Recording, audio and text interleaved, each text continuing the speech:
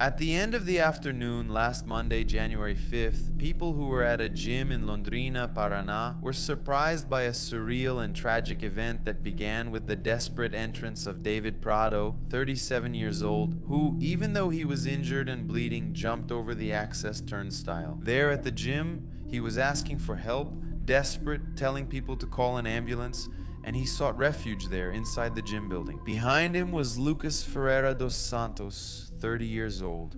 He was armed with a knife, caught up with the victim, whom he had already stabbed, and delivered the fifth and final blow, causing David's death. Right there on the gym floor in front of many witnesses and with everything being filmed. That's an unusual point here, isn't it? Because when we talk about criminal cases, I never show the footage here, even if it's publicly available. But when you see the footage, because this case went viral, right? You get shocked, especially because you might even create a mental image when you're just listening to the case. But when you see it, you say, man, how is this possible, right? You see the person looking possessed like they're demonized or something. It's all really strange and just feels weird to me. It seems like the person takes pleasure in doing that. I don't know if they're blinded by something, but it's like an animal attack, right? Completely ferocious, like nothing stops until the goal is accomplished. Mission accomplished. Like I mentioned in another video here on the channel, right? Later on, we'll see. This guy was arrested, obviously, and we'll see all his statements in the preliminary hearings and everything else. You can see an expression there, kind of like, well, among the people who were at the gym, right, who witnessed the crime, one of them was ready to react to it. He was a police officer who was training there and ended up apprehending the killer. The military police soon arrived and arrested Lucas. Yeah, guys, it's really shocking, but before I report here the events that led up to this crime, we need to stop and think about those who were there too, right? The employees, the people who were training there, right? Random people. Imagine the emotional shock, right? Imagine witnessing a life being taken like that right there in front of your eyes. It would be careless to say that those people will never be the same, because that leaves a mark, doesn't it? It's impossible for someone not to be marked by emotional shock. Faced with that, I don't know, but life faced with that too. We need to reflect that life is a breeze, right, guys? So, I don't know, before we move on here, it doesn't hurt, right, to do the little cliche. Value your family and friends. Never forget to show your love every day. Say I love you to the people you truly love. Your parents, your children, your siblings, your husband, your wife. Because someday, sadly, it will be the last time. So, our sincere condolences to David's family. He left behind a 6-year-old son. It's a very sad story. A child losing his father like this, as the victim of a cowardly, brutal homicide like the one that took David's life. However, before we dive into the details of this episode, I ask you to check your subscription here on the channel. If you like learning about real cases with lots of details, leave a like, a comment, or even just an emoji. That helps me a lot. And if you can, become a member of the channel. Deal?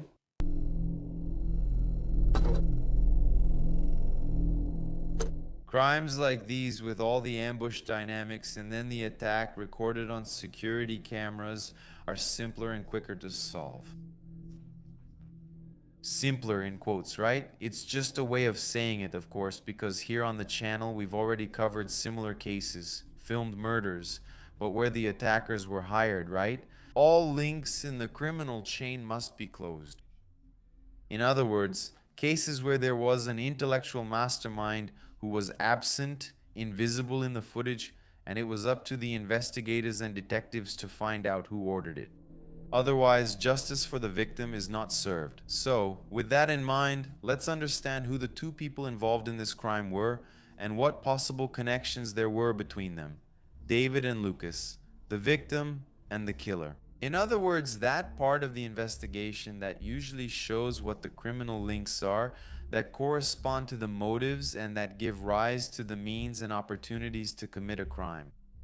The first information comes from a privileged witness to the events, the military police officer who apprehended the killer, who was filmed doing so.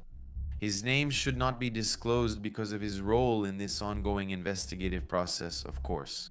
But his statement includes the following declarations. It all started with David's abrupt return to the gym, where he had just finished working out. The young man entered the gym's training area, running and shouting, "Call an ambulance! Call an ambulance! Help! Help me!" David's clothes were stained with blood and he was bleeding heavily, so it was clear that he was injured, seriously injured given this scene. The police officer, who was just a fellow gym member present at the time, immediately thought that David had been robbed outside the building. So, the immediate reaction was to grab the phone and call the police 911 to ask for help. However, right after that, in the same moment, a pursuer came in armed with a knife and followed David inside. It was Lucas Ferreira dos Santos, who, according to some sources, is also described as a regular at the same gym. This Lucas approached David and struck him with a final blow. David was there, kind of with his back to him, I imagine, stunned by all the injuries he already had, desperate, anguished, and he didn't even see the last cowardly stab that Lucas delivered there, at the end. Seeing then Lucas armed. That police officer who was also there at the gym grabbed his revolver, approached the guy, the attacker, and ordered him to stay on the ground. Lucas obeyed and even threw the knife on the ground. That's why I go back to comment on that, right? That feeling kind of like mission accomplished, you know? Like, okay, now I'm getting arrested. Then a whole discussion starts, right? If there's premeditation, it includes not just the crime, but all steps after it. If he meant to run away, he would have done it in the gym in front of cameras, right? Here's how I see it, but share your thoughts in the comments. The attacker then dropped the knife and was subdued by police. And we can see the sequence of these actions in the footage, which I can't show here, okay guys? They're strong, shocking scenes. But the conversation between them is not recorded in the footage. So it's worth knowing that the police officer who was there that day at the gym, also training in plain clothes, obviously asked the following, "Man, why did you do that?" Then he replied, "He messed with my wife." That was the answer given according to the statement, okay? He messed with my wife. David Prado worked in the administrative sector of a chain of gas stations there in Londrina. But since his family is from nearby Cornelio Procopio, about 60-something kilometers away, the body was buried there on Wednesday, okay? January 7th. His family stated that they trust God's and man's justice will be served. Well, continuing here with the investigation, what we found out from our sources is that Lucas Ferreira dos Santos is married and has 2 children, but currently he and his wife are living separately. For us, this seems like a step before a formal divorce. Based on that, then, it's understood that in the event that David, the victim, got involved with Lucas's wife, this would have happened. Outside the concept of marital infidelity, a betrayal in the classic sense where the person is married and it happens behind their back, right? Because the woman in question, whose identity was also protected, was no longer living as a married woman. I think we can understand this explanation, right guys? It's pretty simple. What seems a little strange in these accounts is that David was currently dating another girl. The lawyer Jennifer Ballardin, who was interviewed, clarified that she herself is someone who has absolutely nothing to do with Lucas or with his alleged motivation. Jennifer went on social media to introduce herself as David's girlfriend and to prove that she is not the cause of the crime. In short, a tragedy, the death of her boyfriend, and a nightmare. She will be dragged into this story. You know how it works, right guys? It's a lot of gossip, and before you know it, it's a real mess, right? In fact, this grieving young woman said on social media that the motive for the murder was Lucas's petty feelings, like jealousy, insecurity, and above all, envy. Jennifer also mentioned that David and she, who had been together for 4 months, were already planning the next steps in their relationship. They had already chosen a house to live in, and there were travel plans too. They had plans for a happy home. Anyway, guys, just couple stuff, getting to know each other, falling in love, and so on. She highlighted her boyfriend's personal qualities and said he was a present and caring father to the boy, his son from a previous relationship. However, the beginning of 2026 shattered those dreams, as we saw. So, what we can imagine is that if the victim actually had a relationship with Lucas's ex-wife, that was already a story from way back. We believe the investigation's progress testimony from others, and especially breaking these people's cell phone confidentiality will help investigators solve this mystery. The Londrina Homicide Division is handling the case. It's important to truly understand what this means. You messed with my woman, right? There's even a possibility that David never even looked at Lucas's ex-wife.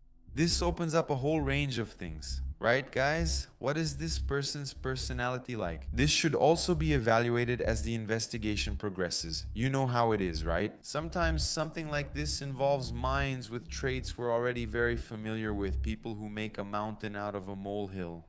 I'm not playing the role of anyone's lawyer here, okay, guys? I'm just speculating here anyway, based on what was made public. It might be an old story that stayed in the guy's mind, something he kept dwelling on for a long time. It could also be something insignificant that only existed in his mind. You've probably seen stories like that, right?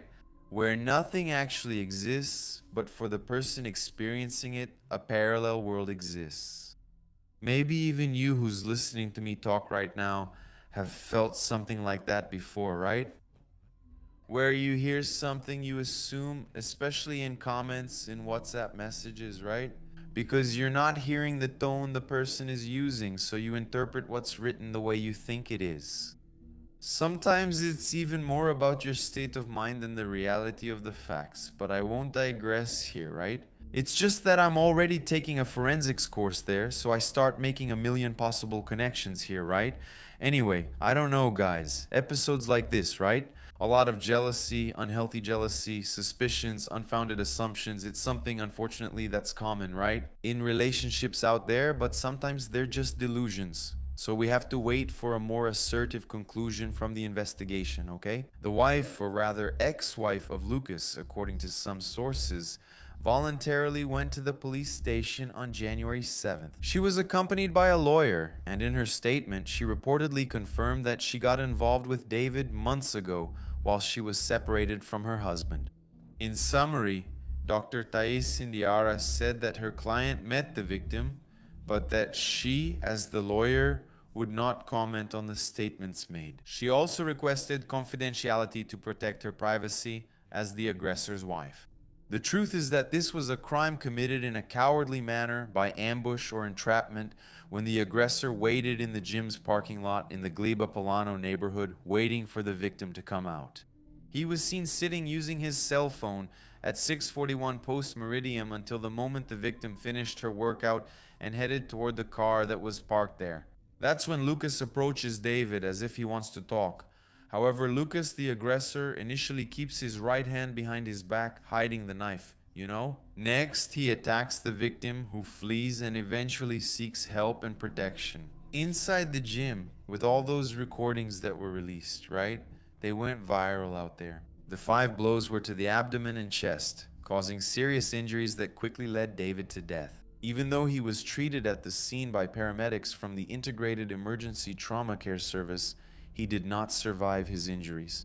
In the technical definition of the police chief, the logical and chronological sequence of events shows a conscious, progressive conduct aimed at producing the result: death. In other words, the guy knew what he was doing and wanted to do it. That is, nothing about acting on impulse, acting without thinking in the heat of the moment in an argument like, yeah, I did go out with your wife, you loser, whatever. None of that. The day was going by, and every step was already calculated. Now, if that's not the case, it should be clarified during, I don't know, the whole process of the case. Supposedly that's what it looks like from the footage. As a sign of mourning, the gym remained closed on Tuesday and was cooperating with the investigation, handing over all the footage, etc. After all, both the outside and inside areas became a crime scene. Detained for homicide, then classified as cruel and making it difficult for the victim to defend herself. In his statement, Lucas remained silent. Actually, he said he would exercise his right to remain silent when asked if he wanted to clarify the facts from his point of view. And it's at that moment, and these videos are also available on the internet, that we look and say, wow, man, like, I don't know, it looks like some kind of expression. I don't know if I've been watching too many silent language videos, but it gives me that feeling like, I washed my honor. I don't know what was going through his mind. Now do a few years and that's it. And if it's still proven that there was, what's it called? They call it that, right? Strong emotion. Oh, then salary, as Professor Raimundo says. But before I finish, I also wanted to share with you one more piece of information about Lucas's hearing, okay? Where he cries and says he's married, that he has a 13-year-old stepson and a 5-year-old son with his current wife. He said he's a businessman and that he's the provider of the household. Honorable roles, sure, but he should have considered that earlier. Why was he caught in the act? The arrest in the act was converted into preventive detention, and to no one's surprise, Lucas's defense attorney filed for provisional release, which was denied by the court. And as far as we know, he's being held at the Londrina Integrated Screening Center, at least until the end of this production here, right? The case isn't over yet, right? More is still to come. The public defender's office claimed that at the time of the crime, he was under the influence of prescription medication, and that's why they requested that Lucas be allowed to respond to the charges while free. Can you believe that? That's because he doesn't have a criminal record and needs ongoing psychiatric treatment. In denying the request, the judge stated that the seriousness of the crime outweighs the points presented and that medication can be delivered directly to the prison facility. The judge nailed it and made a sarcastic comment, right? The question remains, if released, would he pose a risk to his ex-wife or maybe to society in general? Or can he move freely around the city and return to training as if nothing happened? After all, it only really happened to the family of the young man who was murdered. They are the ones who will spend the rest of their days with this wound, hurting, throbbing son, father, mother, grandparents, siblings, and so on. Everyone will feel pain, be hurt during those moments. On special dates, everyone will cry. They will stay like this forever. On the other hand, maybe they'll settle the score, and that's fine. But I find this argument interesting, you know? From him himself, right? Crying, saying he has a wife, a stepson, a child, etc. That he's a family man, that he needs to provide for his home. What goes through a person's mind, right? To leave all that behind and go do something like that? Like an animal, as I mentioned, ferocious, who can't control his primitive instincts, right? The whole thing began in the parking lot, where the guy escaped several times. Man, maybe if he had left, David could have had a chance to survive, right? No, but he went back and attacked again from behind. So do you know? I don't... It's likely that the case will be handled, go to trial, and we'll wait to see what the final outcome will be. History, at least from the legal point of view, right? Because the final outcome of this, from a broader perspective, at least I believe that's going to take a long time to be settled, you know? I want to know your opinion about this, about the question I just asked a little while ago. So, does it represent a danger, or can you just live normally, as if life goes on as usual? A stone lay in the middle of the road as if it were just any stone. What's your opinion, specialists? In criminal law? I'm just kidding, of course. I want your opinion as people who follow criminal cases. Thanks for your company. Kiss from Ruivo. See you next episode. Good night.